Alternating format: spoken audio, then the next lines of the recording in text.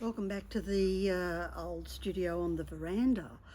The next round of videos that I'll be looking at is glass on glass, and I'll show you what works for me, which will be really different to what works for other people.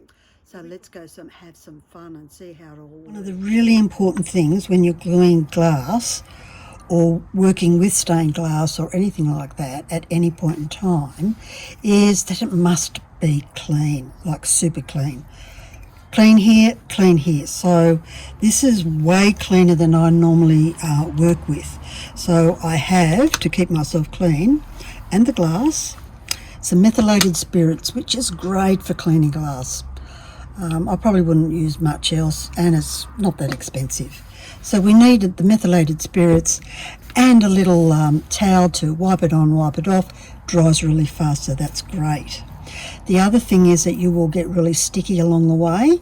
So these little baby wipes are fantastic to get the sticky off your fingers for each set. So I work on about 3 or so pieces, then I rematch them to see how they fit. Sometimes I need to cut a grout line off, and reshape it.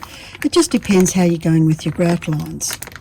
The other thing along the way is having lots of little wipes. So these ones, would you believe, I get there, and they're brilliant. It's the best paper wipe there is. So Costco paper roll or handy towels, and I cut each towel up into 8. So I strip off about 8 pieces, fold it up, and use the kitchen scissors to chop it up. Because this way you've got lots of little wipes that you can discard quite easily, rather than ending up using a whole roll of handy wipes. Something to clean up as you go along. These sort of toothpicky things are fantastic.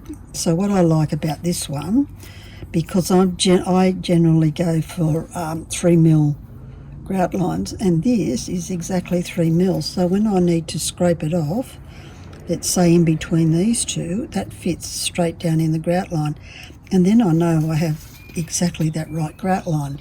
But if it's a thinner grout line,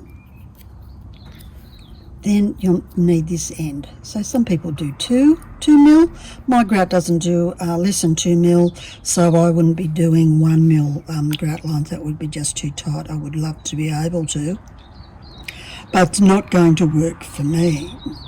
The other thing is applying the glue to the back.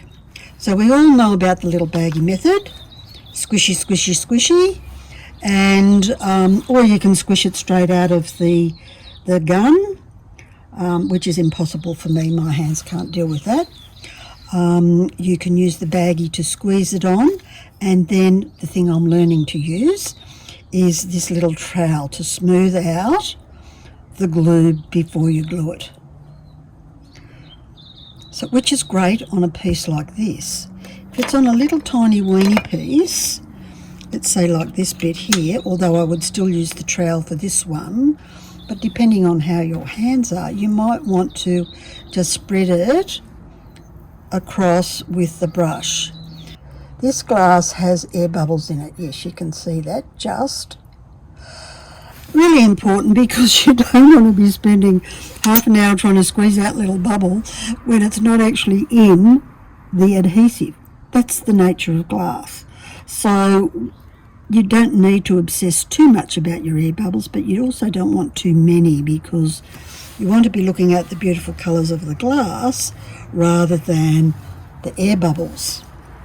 The other thing is making sure full coverage on the bottom corners and points to avoid grout bleed. There are people who like to use a syringe. Now, it's just not going to work for me at all. But for those who do it, they love it, and it works really well for them. So there's no right or wrong. And as I say, what's right is what actually works for you. So in a nutshell, that's what I need on the workbench before I even start.